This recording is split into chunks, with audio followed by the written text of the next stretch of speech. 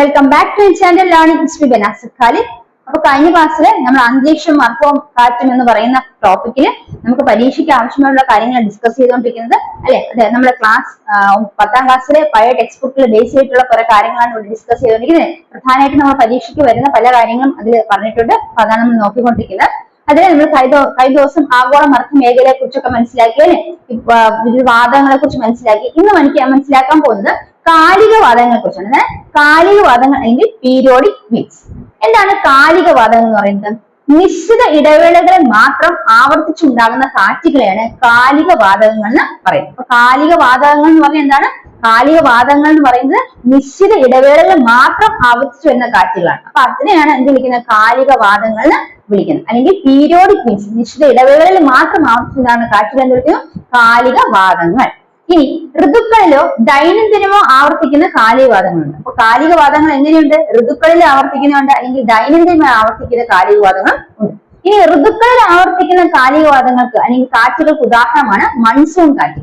ഇതാണ് ഋതുക്കളിൽ ആവർത്തിക്കുന്ന കാലികവാദങ്ങൾക്ക് ഉദാഹരണമാണ് മൺസൂൺ കാറ്റ്. കിട്ടിയോ? അപ്പൊ കാലികവാദങ്ങൾ എന്ന് പറഞ്ഞാൽ പീരിയോഡിക് വിൻഡ്സ് എന്ന് പറഞ്ഞാൽ നിശ്ചിത ഇടവേളകളിൽ മാത്രം ആവർത്തിച്ചു വരുന്ന കാറ്റുകളാണ് കാലികവാദങ്ങൾ എന്ന് പറയുന്നത്. ഋതുക്കളിലോ ദൈനംദിനമോ ആവർത്തിക്കുന്ന കാലികവാദങ്ങളുണ്ട്. അതിൽ തന്നെ നമ്മൾ പറയുന്നത് ഋതുക്കളിൽ ആവർത്തിക്കുന്ന കാറ്റുകൾ ഉദാഹരണം ഏതാണ്? മൺസൂൺ കാറ്റുകളാണ് മനസ്സിലാക്കുക. ഇപ്പൊ എന്താണ് മൺസൂൺ കാറ്റുകൾ? എന്താണ് മൺസൂൺ എന്ന് പഠിക്കാം.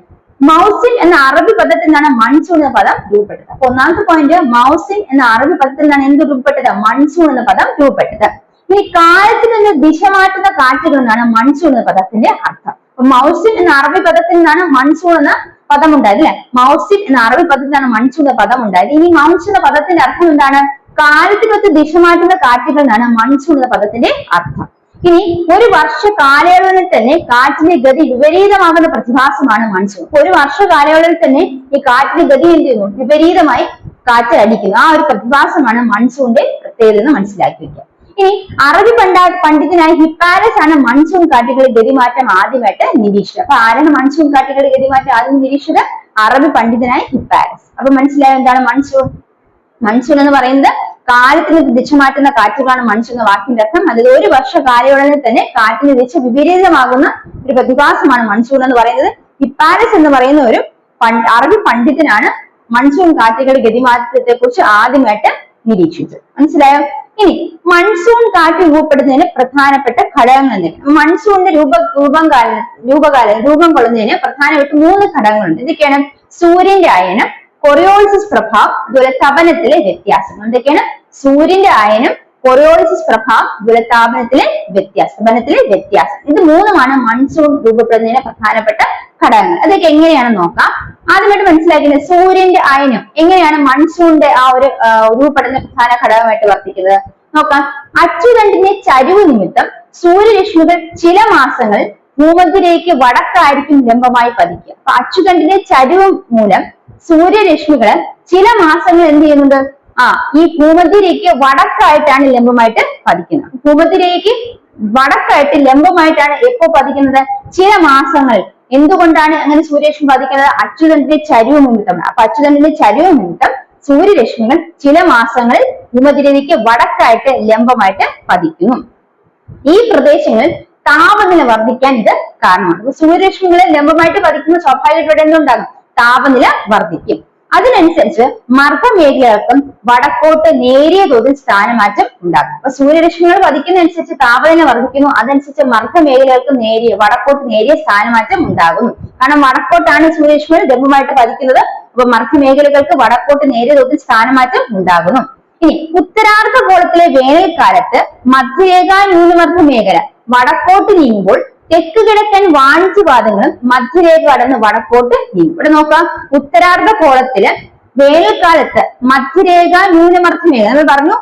സൂര്യരശ്മികളെ വടക്കോട്ട് ലംബമായി പതിക്കുന്നത് കൊണ്ടാണ് ഇത് ശ്രമിക്കുന്ന ഈ പറയുന്ന മർദ്ദമേഖല വടക്കോട്ട് സ്ഥാനമാറ്റം ഉണ്ടാകുന്നത്. ഈ ഉത്തരാർദ്ധഗോളത്തില് വേനൽക്കാലത്ത് മധ്യരേഖ ന്യൂനമർദ്ദ മേഖല വടക്കോട്ട് നീങ്ങുമ്പോൾ, ഉത്തരാർദ്ധകാലത്ത് വേനൽക്കാലത്ത് മധ്യരേഖ ന്യൂനമർദ്ദ മേഖല എങ്ങോട്ട് പോകുന്നു? വടക്കോട്ട് നീങ്ങുന്നു അല്ലെ. അങ്ങനെ നീങ്ങുമ്പോൾ തെക്ക് കിഴക്കൻ വാണിജ്യവാദങ്ങളും വടക്കോട്ട് നീങ്ങുന്നു. അപ്പൊ തെക്ക് കിഴക്കൻ വാണിജ്യവാദങ്ങൾ എങ്ങോട്ട് നീങ്ങുന്നു? വടക്കോട്ട് നീങ്ങുന്നു. മനസ്സിലായോ? ഉത്തരാർദ്ധഗോളത്തില് ഈ പറയുന്ന വേനൽക്കാലത്ത് മധ്യരേഖ ന്യൂനമർദ്ദ മേഖല വടക്കോട്ട് നീങ്ങുമ്പോൾ അതേ തുടർന്ന് തെക്ക് കിഴക്കൻ വാണിജ്യവാദങ്ങൾ എങ്ങോട്ട് പോകുന്നുണ്ട്? മധ്യരേഖ കടന്ന് വടക്കോട്ട് നീങ്ങുന്നുണ്ട്. ഇനി മധ്യരേഖ കടക്കുന്നതോടെ തെക്ക് കിഴക്കൻ വാണിജ്യവാദങ്ങൾ കൊറിയോളിസിസ് പ്രഭാവം മൂലം ദിശാവ്യതിയാനം സംഭവിച്ച് തെക്ക് പടിഞ്ഞാറൻ മൺസൂൺ കാറ്റുകളായിട്ട് രൂപാന്തരം പ്രാപിക്കും. അപ്പൊ തെക്ക് കിഴക്കൻ വാണിജ്യവാദങ്ങളായിരുന്നു. ഇവയെ കൊറിയോളിസിസ് പ്രഭാവം മൂലം ഇവ എന്ത് ചെയ്യുന്നത്? ദിശ മാറിയിട്ട് തെക്ക് കിഴക്കൻ വാണിജ്യവാദങ്ങൾ എന്തായിട്ട് മാറി? തെക്ക് പടിഞ്ഞാറൻ മൺസൂൺ കാറ്റുകാട്ട് രൂപാന്തരം പ്രാപിക്കുന്നു. മനസ്സിലായ? കൊറിയോളിസിസ് പ്രഭാവം നിമിത്തം തെക്ക് കിഴക്കൻ വാണിജ്യവാദങ്ങൾ എന്തായിട്ട് മാറി? തെക്ക് പടിഞ്ഞാറൻ മൺസൂൺ കാറ്റുകളായിട്ട് രൂപാന്തരം പ്രാപിക്കുന്നു. ഇനി ഉയർന്ന പകൽച്ചൂട് നിമിത്തം കരയുടെ മുകൾ മനസ്സിലാക്കാം. ഉയർന്ന പകൽച്ചൂട് നിമിത്തം കരയുടെ മുകൾ രൂപം കൊള്ളുന്ന ന്യൂനമർദ്ദം സമുദ്ര ഉപരിതലത്തിലൂടെ വീശുന്ന ഈ കാറ്റുകളെ അങ്ങോട്ട് ആകർഷിക്കുന്നതും തെക്ക് പടിഞ്ഞാറൻ മൺസൂൺ കാറ്റുകൾക്ക് കാരണമാകുന്നു. അപ്പൊ തെക്ക് പടിഞ്ഞാറൻ മൺസൂൺ കാറ്റുകൾ കാരണമാകുന്ന മറ്റൊരു ഘടകം എന്താണ്?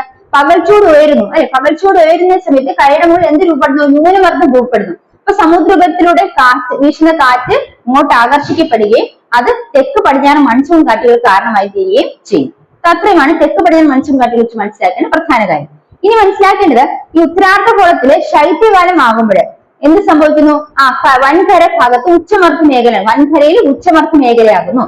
ഇനി അതായത് ഏഷ്യൻ വൻകരയിൽ ഉച്ചമർദ്ദവും അതുപോലെ ഇന്ത്യൻ മഹാസമുദ്രത്തിൽ ആ സമയത്ത് എന്തായിരിക്കും?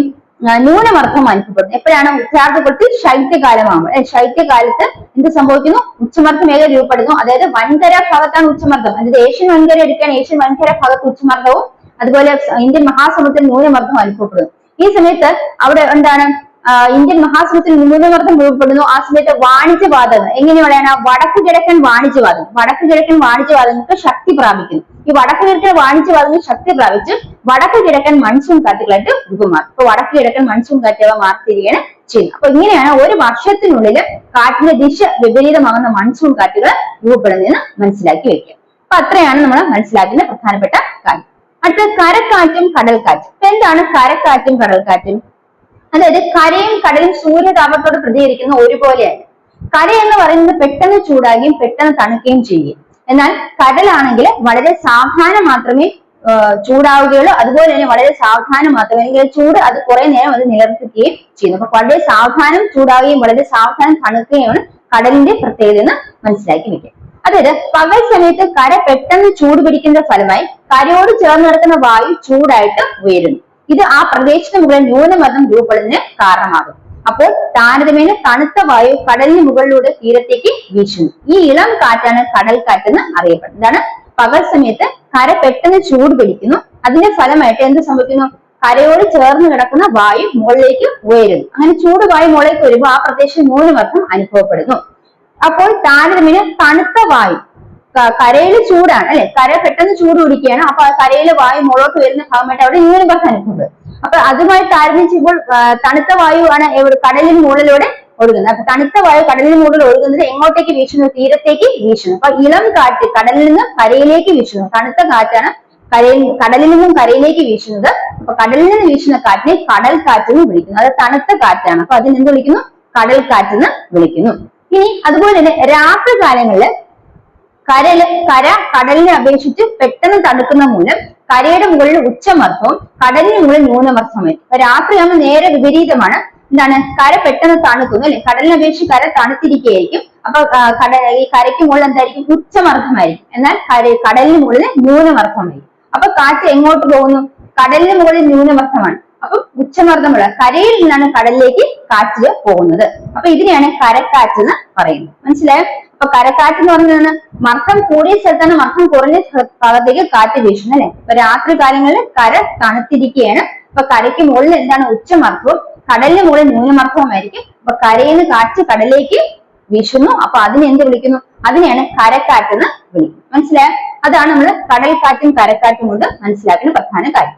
ഇനി പർവ്വതക്കാറ്റും താഴ്വരക്കാറ്റും. എന്താണ് പർവ്വതക്കാറ്റും താഴ്വരക്കാറ്റും? അതായത് സമുദ്രനിരപ്പിൽ നിന്ന് ഉയർന്നു നിൽക്കുന്ന പർവ്വത മേഖല അനുഭവപ്പെടുന്ന കാറ്റുകളാണ് ഇവ. സമുദ്രനിരപ്പിൽ നിന്നും ഉയർന്നു നിൽക്കുന്ന പർവ്വത മേഖല അനുഭവപ്പെടുന്ന കാറ്റുകൾ ഏതെന്ന് വെച്ചാൽ പർവ്വതക്കാറ്റും താഴ്വരക്കാറ്റും. ഏതൊക്കെയാണ്? പർവ്വതക്കാറ്റും താഴ്വരക്കാറ്റും. എന്താണ് പർവ്വതക്കാറ്റും താഴ്വരക്കാറ്റിന്റെ പ്രത്യേകത? സമുദ്രനിരപ്പിൽ നിന്ന് ഉയർന്നു നിൽക്കുന്ന പർവ്വത മേഖലയിൽ അനുഭവപ്പെടുന്ന കാറ്റാണ് ഇവ. ഇനി മനസ്സിലാക്കേണ്ടത് എന്താണ് താഴ്വരക്കാറ്റ്? താഴ്വരക്കാറ്റ് എന്ന് പറയുന്നത് പകൽ സമയത്ത് പർവ്വത മുകളിലെ വായു ചൂട് പിടിച്ച് ഉയരും. പകൽ സമയം ആകുമ്പോഴത്തേക്കും പർവ്വത മുകളിലെ വായു എന്ത് ചെയ്തു ചൂട് പിടിച്ച് ഉയരുന്നു.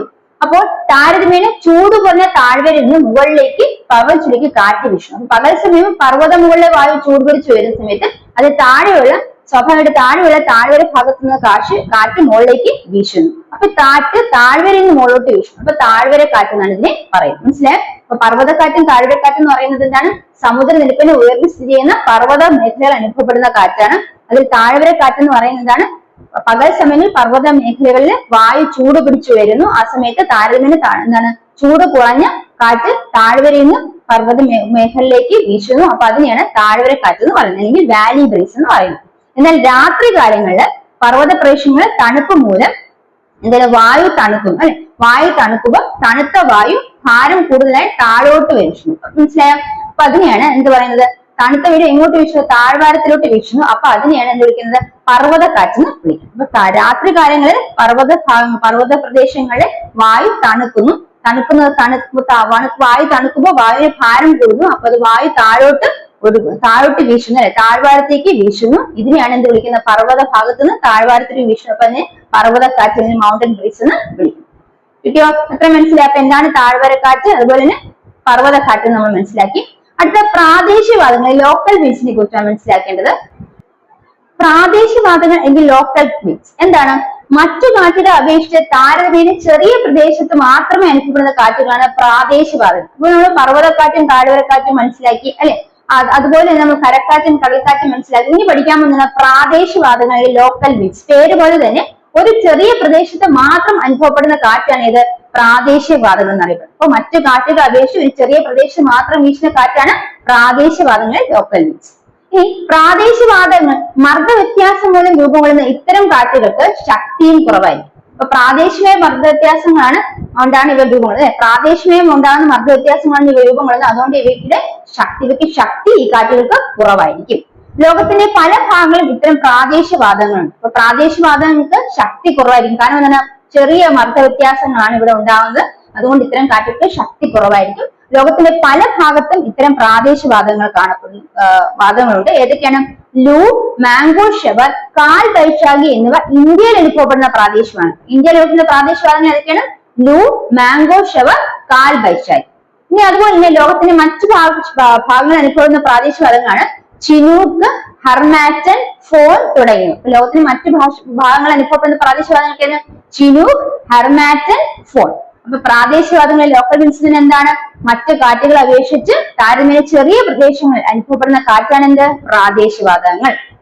ഇനി എന്താണ് പ്രാദേശികവാദങ്ങളുടെ മറ്റു കാറ്റുകൾ? മറ്റൊരു വ്യത്യാസം എന്താണ് പറഞ്ഞേ? പ്രാദേശിക മർദ്ദ വ്യത്യാസങ്ങളാണ് ഉള്ളത്. അതുകൊണ്ട് ഈ കാറ്റുകൾക്ക് വളരെ ശക്തി കുറവായിരിക്കും. ഇനി നമ്മൾ മനസ്സിലാക്കി എന്താണ്? ലോകത്തിന്റെ പല ഭാഗങ്ങളിലും ഇത്തരം പ്രാദേശികവാദങ്ങൾ. ഏതൊക്കെയാണ് ആ പ്രാദേശികങ്ങൾ പറഞ്ഞേ? ലൂ, മാംഗോ ഷവർ, കാൽ ബൈശാഖി. ഇത് മൂന്നും എവിടെ കാണപ്പെടുന്ന പ്രാദേശികവാദങ്ങളാണ്? ഇന്ത്യയിൽ കാണപ്പെടുന്ന പ്രാദേശികവാദങ്ങളാണ്. ഈ ലോകത്തിൽ കാണപ്പെടുന്ന പ്രാദേശികവാദങ്ങൾ ഏതൊക്കെയാണ്? Chinook, harmattan, phone. ഇതാണ് ചിനൂക്ക്, ഹർമാറ്റൻ, ഫോൺ എന്നിവയാണ് ലോകത്ത് കാണപ്പെടുന്ന പ്രാദേശികവാദങ്ങൾ. ഇനി നമുക്ക് നോക്കാം. വടക്ക് അമേരിക്കയിൽ റോക്കി പർവ്വതനിരയുടെ കിഴക്കൻ ചരിവിലൂടെ വീശുന്ന ഉഷ്ണക്കാറ്റാണ് ചിനൂക്ക്. അപ്പൊ ചിനൂക്ക് എന്ന് പറയുന്നത് പ്രാദേശികവാദമാണ്. മനസ്സിലായി, അല്ലെ? ലോകത്ത് കാണപ്പെടുന്ന ഒരു പ്രാദേശികമാണ്. ലോകത്ത് പല ഭാഗങ്ങളിൽ അനുഭവപ്പെടുന്ന പ്രാദേശികവാദങ്ങളെ കുറിച്ച് മനസ്സിലാക്കി. അപ്പൊ അതിലൊന്നാണ് ചിനൂക്ക്, അല്ലെ? അപ്പൊ ചിനൂക്ക് എന്ന് പറഞ്ഞാൽ എവിടെ വീശുന്ന പ്രാദേശിക കാറ്റാണ്? നോക്കാം. വടക്കേ അമേരിക്കയിലെ റോക്കി പർവ്വതനിരയുടെ കിഴക്കൻ ചരിവിൽ വീശുന്ന ഉഷ്ണക്കാറ്റാണ് ചിനൂക്ക്. അപ്പൊ ചിനൂക്ക് എന്ന് പറഞ്ഞൊരു ഉഷ്ണക്കാറ്റാണ്. വടക്കേ അമേരിക്കയിലെ റോക്കി പർവ്വതനിരയുടെ കിഴക്കൻ ചരിവിലൂടെയാണ് ഇത് വീശുന്നത്. അപ്പൊ വടക്കേ അമേരിക്കയിലെ റോക്കി പർവ്വതനിരയുടെ കിഴക്കൻ ചരിവിലൂടെ വീശുന്ന ഉഷ്ണക്കാറ്റ് ഏതാണെന്ന് വെച്ചാൽ ചിനൂക്കാണ്. അപ്പൊ ചിനൂക്ക് എന്ന് പറഞ്ഞാൽ എവിടെയാണ് കാണപ്പെടുന്നത്? വടക്കേ അമേരിക്കയിലെ റോക്കി പർവ്വതനിരയുടെ കിഴക്കൻ ചരിവിലൂടെ വീശുന്ന കാറ്റാണ് ചിനൂക്ക്. ഈ കാറ്റിന്റെ ഫലമായി റോക്കി പർവ്വതനിരയുടെ കിഴക്ക് ചരിവിലെ മഞ്ഞുരുകി മാറുന്നവരാണ് ഇവയ്ക്ക് മഞ്ഞു തീനി എന്നർത്ഥം വരുന്ന ചിനൂക്ക് എന്ന പേര് ലഭിച്ചത്. അപ്പൊ ചിനൂക്ക് എന്ന പേര് ലഭിക്കുന്ന പ്രധാനപ്പെട്ട കാരണം എന്താണ്? ഈ കാറ്റിന്റെ ഫലമായിട്ട് റോക്കി പർവ്വതനിരയുടെ കിഴക്കൻ ചരിവിലെ മഞ്ഞ് ഉരുകുന്നു. ഈ കാറ്റുണ്ടാകുന്ന ഫലമായിട്ട് ഈ റോക്കി പർവ്വതനിരയുടെ കിഴക്കൻ ചരിവിലൂടെയാണ് ഈ കാറ്റ് വീശുന്നത്, അല്ലെ? റോക്കി പർവ്വതനിരയുടെ കിഴക്കൻ ചരിവിലൂടെ ഈ കാറ്റ് വീശുമ്പോൾ ഉഷ്ണക്കാറ്റാണ്. ഈ കാറ്റ് വീശുന്ന ഫലമായിട്ട് അവിടുത്തെ മഞ്ഞ് ഉരുകുന്നു. അതുകൊണ്ട് മഞ്ഞ് തീനി എന്ന് അർത്ഥം വരുന്ന ചിനൂക്ക് എന്ന പേര് ഇതിന് ലഭിക്കുന്നുണ്ട്. ഈ ശൈത്യത്തിന്റെ കാഠിന്യം കുറയ്ക്കുന്നതിനാൽ കനേഡിയൻ സമതല പ്രദേശങ്ങളിൽ ഗോതമ്പ് കൃഷിക്ക് ഈ കാറ്റ് ഏറെ പ്രയോജനപ്രദമാണ്. അപ്പൊ ശൈത്യത്തിന്റെ കാഠിന്യം കുറയ്ക്കുന്ന കാറ്റായതുകൊണ്ട് ഈ കനേഡിയൻ സമതലങ്ങള് ഗോതമ്പ് കൃഷിക്ക് അനുയോജ്യമായ കാറ്റ് ഏതാണെന്ന് ചോദിച്ചാൽ അത് ഏതാണ്? ചിനൂക്ക് ആണെന്ന് മനസ്സിലാക്കി. എന്താണ് ചിനൂക്ക് എന്ന് പറയുന്നത്? ചിനൂക്ക് എന്ന് പറയുന്നത് പ്രാദേശികവാദമാണ് അല്ലെ. ആ പ്രാദേശികവാദം എവിടെയാണ് അനുഭവപ്പെടുന്നത്? വടക്ക് അമേരിക്കയിലെ റോക്കി പർവ്വതനിരയുടെ കിഴക്കൻ ചെരുവിലൂടെ വീശുന്ന ഉഷ്ണക്കാറ്റാണ് ഇത് ചിനൂക്ക് എന്ന് പറയുന്നത്. ചിനൂക്കിനെ കുറിച്ച് മറ്റെന്തൊക്കെ മനസ്സിലാക്കി? ചിനൂക്ക് എന്ന് പറയുന്നത് മഞ്ഞു തീനി എന്ന അർത്ഥം വരുന്നതാണ് അല്ലെ. ചിനൂക്ക് എന്ന് പറയുന്നത് അതെന്താണ്? ഈ കാറ്റിന്റെ ഫലമായിട്ട് ഈ കിഴക്കൻ ഈ പറഞ്ഞ റോക്കി പർവ്വതനിരയുടെ കിഴക്കൻ ചരിവിലൂടെ അനുഭവപ്പെടുന്ന കാറ്റിന്റെ ഉഷ്ണക്കാറ്റാണ്. ആ ഒരു പ്രദേശത്തെ മഞ്ഞുമലയെ ഇത് മഞ്ഞിനെ ഉരുക്കുന്നതിനാണ് ഇതിന് ചിനൂക്ക് എന്ന അർത്ഥം, അല്ലെങ്കിൽ മഞ്ഞു തീനി അർത്ഥം വരുന്ന പേര് ലഭിച്ചിരിക്കുന്നത്. ഇപ്പൊ ശൈത്യത്തിന്റെ കാഠിന്യം കുറയ്ക്കുന്ന കാറ്റായതിനാൽ ഈ കാറ്റ് എന്തിന് അനുയോജ്യമാണെന്ന് കൂടി മനസ്സിലാക്കി. കനേഡിയൻ സമതലങ്ങൾ ഗോതമ്പ് കൃഷിക്ക് അനുയോജ്യമായ കാറ്റ് ഏതാണെന്ന് വെച്ചാൽ ഏതാണ്? ചിനൂക്ക് ആണെന്ന് മനസ്സിലാക്കി. അപ്പൊ അത്രയാണ് നമ്മൾ ചിനൂക്കിനെ കുറിച്ച് പ്രധാനമായിട്ട് മനസ്സിലാക്കേണ്ട കാര്യം. ഇനി അടുത്തത് എന്താണ്? മറ്റൊരു പ്രാദേശികവാദത്തെ കുറിച്ച് മനസ്സിലാക്കാൻ നമ്മൾ ഫോൺ എന്ന് പറഞ്ഞ പ്രാദേശികവാദത്തെ കുറിച്ച് മനസ്സിലാക്കി. അതായത് ആൽപ്സ് പർവ്വതനിര കടന്ന് വടക്കൻ താഴ്വാരത്തേക്ക് വീശുന്ന കാറ്റാണ് ഫോൺ. അപ്പൊ ഫോൺ എന്ന് പറയുന്ന ആൽപ്സ് പർവ്വതനിര കടന്ന് വടക്കൻ താഴ്വാരത്തേക്ക് വീശുന്നത്. അപ്പൊ എവിടെ നിന്നാണ് ഇത് കടന്നു വരുന്നത്? ആൽപ്സ് പർവ്വതനിരയിൽ നിന്നാണ് കടന്നു വരുന്നത്. ആൽപ്സ് പർവ്വതനിര കടന്ന് വടക്കൻ താഴ്വാരത്തേക്ക് വീശുന്ന കാറ്റാണ് ഫോൺ എന്നറിയപ്പെടുന്നത്. ഈ കാറ്റ് താഴ്വാരത്തേക്ക് ഇറങ്ങുമ്പോൾ സമ്മർദ്ദം കൊണ്ട് ചൂടാകുന്നതിൽ ആ ഭാഗത്തെ അന്തരീക്ഷ തണുപ്പിന്റെ കാഠിന്യം കുറയ്ക്കാൻ കാരണമാകും. അപ്പൊ ഫോൺ എന്ന് പറയുന്ന കാറ്റ് താഴ്വാരത്തേക്ക് ഇറങ്ങുമ്പോൾ സമ്മർദ്ദം കൊണ്ട് അന്തരീക്ഷം എന്ത് ചെയ്യുന്നു? ആ ഭാഗത്ത് എന്താണ്? സമ്മർദ്ദം കൊണ്ട് ചൂടാകുന്നു. ഈ ഫോൺ തന്നെ കാറ്റ് താഴ്വാരത്തേക്ക് ഇറങ്ങുമ്പോൾ സമ്മർദ്ദം കൊണ്ട് ചൂടാകുന്നു. അതിന്റെ ഫലമായിട്ട് അന്തരീക്ഷത്തിലെ തണുപ്പിന്റെ കാഠിന്യം ഈ കാറ്റിന് കുറയ്ക്കാൻ സാധിക്കുന്നു. അപ്പൊ അതാണ് നമ്മളിവിടെ മനസ്സിലാക്കേണ്ടത്. ഫോൺ എന്ന് പറഞ്ഞ കാറ്റ് ഒരു പ്രാദേശികവാദമാണ് അല്ലെ. എന്താണ് പ്രാദേശികവാദം? ഏതാണ് ഫോൺ എന്ന് പറഞ്ഞ കാറ്റ്? എവിടെയാണ് അനുഭവപ്പെടുന്നത്? ആൽപ്സ് പർവ്വതനിരയിൽ കടന്ന് വടക്കൻ താഴ്വാരത്തേക്ക് വീശുന്ന കാറ്റാണ് ഇത് ഫോൺ എന്ന് പറഞ്ഞ പ്രാദേശികവാദം. ഈ പ്രാദേശികവാദം എന്റെ ഫലമായിട്ട് ആ ഒരു പ്രദേശത്ത് തണുപ്പെടുത്താനുള്ള കാരണം എന്താണ്? ആ പ്രാദേശികവാദം കാറ്റ് താഴ്വാര ഭാഗത്തേക്ക് വരുമ്പോൾ സമ്മർദ്ദം കൊണ്ട് എന്താണ്? ചൂടാകും. അതിന്റെ ഫലമായിട്ട് ആ പ്രദേശത്തെ അന്തരീക്ഷത്തെ തണുപ്പ് കുറയ്ക്കാൻ ഈ കാറ്റ് സഹായിക്കുന്നു കൂടെ നമ്മളിവിടെ മനസ്സിലാക്കും. അടുത്തത് ആഫ്രിക്കയിലെ സഹാറ മരുഭൂമിയിൽ നിന്നും പടിഞ്ഞാറൻ ആഫ്രിക്കയിലേക്ക് വീശുന്ന പ്രാദേശികമാണ് ഹർമാറ്റ്. അപ്പൊ ഹർമാറ്റ് എന്ന് പറഞ്ഞാൽ എന്താണ്? ആഫ്രിക്കയിലെ സഹാറ മരുഭൂമിയിൽ നിന്നും പടിഞ്ഞാറൻ ആഫ്രിക്കയിലേക്ക് വീശുന്നതാണ്. അപ്പൊ സഹാറ മരുഭൂമിയിൽ നിന്നും പടിഞ്ഞാറൻ ആഫ്രിക്കയിലേക്ക് വീശുന്ന പ്രാദേശികവാദം ഏതാണ്? ഹർമാറ്റ് ആണ്. എന്താണ്? ഹർമാറ്റ്. പൊതുവെ ഈർപ്പം നിറഞ്ഞ അസുഖകരമായ കാലാവസ്ഥ നിലനിൽക്കുന്ന പടിഞ്ഞാറൻ ആഫ്രിക്കയിലേക്ക് ഈ കാറ്റ് എത്തുന്നതോടെ കാലാവസ്ഥ മെച്ചപ്പെടുന്നതിനാൽ ജനങ്ങൾ ഇവയെ ഡോക്ടർ എന്ന് വിളിക്കുന്നു. അപ്പൊ ഹർമാറ്റൻ എന്ന് പറയുന്നത് എന്താണ്? ഒരു പ്രാദേശികവാദമാണ്. എവിടെ നിന്ന് എങ്ങോട്ടാണ് ഈ പ്രാദേശികവാദം കാണപ്പെടുന്നത് അല്ലെങ്കിൽ വീശുന്നത്? ആഫ്രിക്കയിലെ സഹാര ദ്വീപിൽ നിന്നും പടിഞ്ഞാറൻ ആഫ്രിക്കയിലേക്ക് വീശുന്ന പ്രാദേശികവാദമാണ് ഹർമാറ്റൻ. എന്താണ്? ആഫ്രിക്കയിലെ സഹാറ മരുഭൂമിയിൽ നിന്നും പടിഞ്ഞാറൻ ആഫ്രിക്കയിലേക്ക് വീശുന്ന പ്രാദേശികവാദമാണ് ഇത് പറഞ്ഞ ഹർമാറ്റ്. ഇനി ആ ഒരു പടിഞ്ഞാറ് ആഫ്രിക്ക എന്ന് പറഞ്ഞാൽ പൊതുവെ ഈർപ്പം നിറഞ്ഞ ഒരു അസുഖകരമായ കാലാവസ്ഥയുള്ള പ്രദേശമാണ്. ഇവിടേക്ക് ഈ കാറ്റ് വീശുമ്പോൾ കാലാവസ്ഥ പെട്ടെന്ന് മെച്ചപ്പെടുന്നാൽ ഈ കാറ്റിനെ എന്ത് പേരിട്ട് വിളിക്കുന്നു? ഡോക്ടർ എന്ന് പേരിട്ട് വിളിക്കുന്നു. അപ്പൊ ഡോക്ടർ എന്ന് പേരിട്ട് വിളിക്കുന്ന പ്രാദേശികവാദം ഏതാണെന്ന് ചോദിച്ചാൽ ഏതാണ്? ഹർമാറ്റൻ ആണ്. എവിടെ നിന്ന് എങ്ങോട്ടാണ് വീശുന്നത്? ആഫ്രിക്കയിലെ സഹാര മരുഭൂമിയിൽ നിന്നും പടിഞ്ഞാറൻ ആഫ്രിക്കയിലേക്കാണ് ഈ കാറ്റ് വീശുന്നത്. മനസ്സിലായോ? അടുത്തത് ഇനി നമ്മൾ ഇന്ത്യയിൽ വീശുന്ന പ്രാദേശികവാദത്തെ കുറിച്ച് മനസ്സിലാക്കിയത് ലൂ എന്ന് പറയുന്ന ഇന്ത്യയിൽ വീശുന്ന പ്രാദേശികവാദം അല്ലെ. ഈ ലൂ എന്ന് പറയുന്ന ഉഷ്ണക്കാറ്റ് ഉത്തരേന്ത്യൻ സമതലങ്ങളാണ് വീശുന്നത്. അപ്പൊ ലൂ എന്ന് പറയുന്ന ഉഷ്ണക്കാറ്റ് എവിടെ വീശുന്നത്? ഉത്തരേന്ത്യൻ സമതലങ്ങളാണ് വീശുന്നത്. ലൂ എന്ന ഉഷ്ണക്കാറ്റ് എവിടെ വീശുന്നു? ഉത്തരേന്ത്യൻ സമതലങ്ങളിൽ. ഇനി ഉഷ്ണക്കാലത്ത് രാജസ്ഥാൻ മരുഭൂമിയിൽ നിന്ന് വീശുന്ന ഈ കാറ്റ് ഉത്തരേന്ത്യൻ സമതലങ്ങളിൽ വേനലിന്റെ തീക്ഷ്ണത വർദ്ധിക്കാൻ കാരണമാകുന്നു. അപ്പൊ ഇതൊരു ഉഷ്ണക്കാറ്റാണ് അല്ലെ. ഉത്തരേന്ത്യൻ സമതലങ്ങളിൽ വീശുന്ന ഒരു ഉഷ്ണക്കാറ്റാണ് ലൂ എന്ന് പറയുന്നത്. ഉഷ്ണക്കാലത്ത് രാജസ്ഥാൻ മരുഭൂമിയിൽ നിന്ന് വീശുന്ന ഈ കാറ്റ്, ഉഷ്ണകാലത്ത് രാജസ്ഥാൻ മരുഭൂമിയിൽ നിന്നാണ് ഈ കാറ്റ് വീശുന്നത്. ഇത് ആ ഉത്തരേന്ത്യൻ സമതലങ്ങളെ ചൂടിന്റെ തീക്ഷ്ണത കൂട്ടാൻ കാരണമാണ്. മീൻസ് ഇതൊരു ഉഷ്ണക്കാറ്റാണ്. അപ്പൊ രാജസ്ഥാന്റെ മരുഭൂമിയിൽ നിന്ന് വീശുന്ന ഈ കാറ്റ് എന്താണ്? ആ ഉഷ്ണകാലത്ത് ഉഷ്ണത അല്ലെങ്കിൽ ആ ഒരു വേനലിന്റെ തീക്ഷ്ണത വർദ്ധിക്കാൻ കാരണമാകുന്ന കാറ്റാണ് ലൂ എന്ന് മനസ്സിലാക്കി വെക്കാം. ലൂ എന്ന് പറയുന്ന ഉഷ്ണക്കാറ്റാണ്. ഉത്തരേന്ത്യൻ സമുദ്രത്തിലാണ് വീശുന്നത്. രാജസ്ഥാനിൽ നിന്നും വീശുന്ന ഉഷ്ണക്കാലത്ത് വീശുന്ന ഈ കാറ്റ് ആ ഒരു പ്രദേശത്തെ അന്തരീക്ഷത്തിന്റെ അന്തരീക്ഷ ചൂട് വേനലിന്റെ തീക്ഷ്ണത കൂട്ടുന്നതിന് കാരണമാകുന്നു. അടുത്ത് ഉഷ്ണകാലത്തെ ദക്ഷിണേന്ത്യയിൽ വീശുന്ന പ്രാദേശികവാദമാണ് മാംഗോ ഷവേഴ്സ്. അപ്പൊ ഉഷ്ണകാലത്ത് തന്നെ ദക്ഷിണേന്ത്യയിൽ വീശുന്ന പ്രാദേശികവാദമാണ് മാംഗോ ഷവേഴ്സ്. ഈ കാറ്റ് മാങ്ങ പഴുക്കുന്നതിനും പൊഴിയുന്നതിനും കാരണമാകും. അതുകൊണ്ട് ഇതിനെ മാംഗോ ഷവേഴ്സ് എന്നാണ് പേരിട്ട് വിളിക്കുന്നത്. അപ്പൊ മാംഗോ ഷവേഴ്സ് എന്ന് പേരിട്ട് വിളിക്കുന്ന ഈ കാറ്റിന് പേരിട്ടുള്ള കാരണം എന്താണ്? ഈ കാറ്റ് എന്താണ് മാങ്ങ പഴുക്കുന്നതിനും അതുപോലെ പൊഴിയുന്നതിനും കാരണമാകുന്ന കാറ്റാണ്. അതുകൊണ്ട് തന്നെ മാംഗോ ഷവേഴ്സ് എന്നാണ് ഈ കാറ്റിന് പേരുന്നത്. അപ്പൊ ഉഷ്ണകാലത്ത് ദക്ഷിണേന്ത്യയിൽ വീശുന്ന പ്രാദേശിക വാദം വെച്ചുള്ളത് മാംഗോ ഷവേഴ്സ് ആണ്. മാങ്ങ പഴുക്കാൻ പൊഴിയുന്നതിനും കാരണമാകുന്ന കാറ്റാണ് ഇതിന്റെ മാംഗോ ഷവേഴ്സ് എന്ന പേരിടാൻ പ്രധാനമായിട്ട് മനസ്സിലാക്കുക. അപ്പൊ ഇത്രയും കാര്യങ്ങൾ നമ്മൾ പ്രാദേശികവാദം കുറിച്ച് മനസ്സിലാക്കി. എന്തൊക്കെയാണ് പ്രാദേശികവാദം കുറിച്ച് മനസ്സിലാക്കിയത്? പ്രാദേശികവാദം എന്ന് പറയുന്നത് മറ്റു കാറ്റുകൾ അപേക്ഷിച്ച് എന്ത് ഒരു ചെറിയ പ്രദേശത്ത് മാത്രം അനുഭവപ്പെടുന്ന കാറ്റുകളാണ് അല്ലെ. അപ്പൊ എന്താണ് ആ ഒരു പ്രാദേശികവാദങ്ങൾ? അപ്പൊ ഏതിൽ നിന്ന് മനസ്സിലാക്കുക? പ്രാദേശികവാദങ്ങൾ ഒരു പ്രദേശത്ത് മാത്രം ചെറിയ പ്രദേശത്ത് മാത്രം അനുഭവപ്പെടുന്ന കാറ്റുകളാണ് പ്രാദേശികവാദം എന്ന് മനസ്സിലാക്കി. ഇനി പ്രാദേശികവാദങ്ങൾ നമുക്ക് ചെറിയ പ്രദേശത്ത് മാത്രം അനുഭവപ്പെടുന്ന കാറ്റാണ്. അപ്പൊ അവിടെ വലിയ അർത്ഥവ്യത്യാസം ഒന്നും ഉണ്ടാകാൻ സാധ്യതയില്ല. അപ്പൊ ആ കാറ്റിന്റെ ശക്തി പൊതുവെ എങ്ങനെയായിരിക്കും? കുറഞ്ഞിരിക്കും. കാറ്റിന്റെ ശക്തി പൊതുവെ കുറഞ്ഞിരിക്കും. രണ്ടാമത് മനസ്സിലാക്കേണ്ടതാണ് ലോകത്ത് പല ഭാഗങ്ങളിൽ ഇത്തരത്തിൽ പ്രാദേശികവാദങ്ങളുണ്ട് അല്ലെ. അപ്പൊ ഇന്ത്യയിൽ നമുക്ക് ലൂ, കാൽ വൈശാഖി, അതുപോലെ മാംഗോ ഷവേഴ്സ് ഒക്കെ ഇന്ത്യയിൽ വീശുന്ന പ്രാദേശികവാദങ്ങൾ. ഇനി ലോകത്തിൽ വീശുന്ന പ്രാദേശികവാദങ്ങൾ ഏതൊക്കെ നമ്മൾ പഠിച്ചു? ചിനൂക്ക് പഠിച്ചു അല്ലെ, പിന്നെ ഫോൺ പഠിച്ചു, അതുപോലെ തന്നെ എന്താണ് ഹർമാറ്റൻ. ഈ 3 പ്രാദേശികവാദം പ്രധാനമായിട്ട് മനസ്സിലാക്കിയത്. അതിൽ നമ്മൾ ചിനൂക്ക് എന്ന് പറയുന്നത് എവിടെയാണ്? വടക്കേ അമേരിക്കയിലെ റോക്കി പർവ്വതനിരയുടെ കിഴക്കൻ ചെരുവിലൂടെ വീശുന്ന ഉഷ്ണക്കാറ്റാണ് ചിനൂക്ക് എന്ന് മനസ്സിലാക്കി.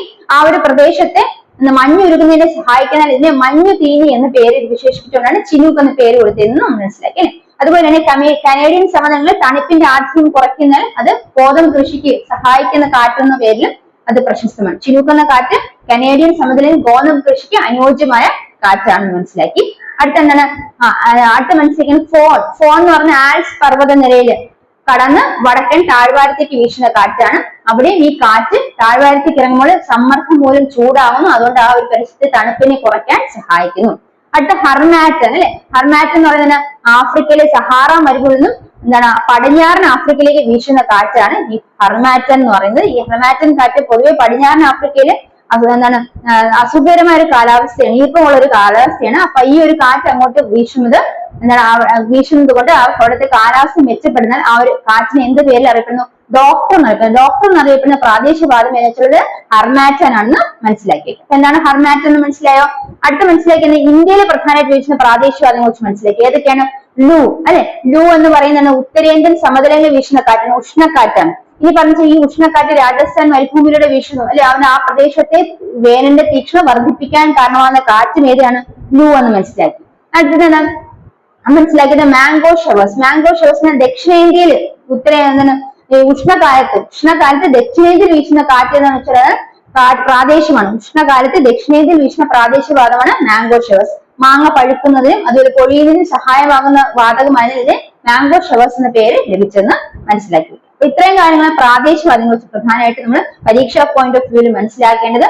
അപ്പൊ ഇന്നത്തെ ക്ലാസ്സിൽ നമ്മൾ വളരെ കുറച്ച് പോയിന്റ്സ് എല്ലാം ഡിസ്കസ് ചെയ്ത് ഈ ഒരു ഭാഗങ്ങൾ പ്രധാനമായും മിക്ക പരീക്ഷകൾ ആവർത്തി ചോദിക്കുന്ന പല ക്വസ്റ്റ്യൻസും ഈ ഒരു ഭാഗത്ത് നിന്ന് വരുന്നതാണ്. അപ്പൊ നിങ്ങളത് നന്നായി മനസ്സിലാക്കി വെക്കാം.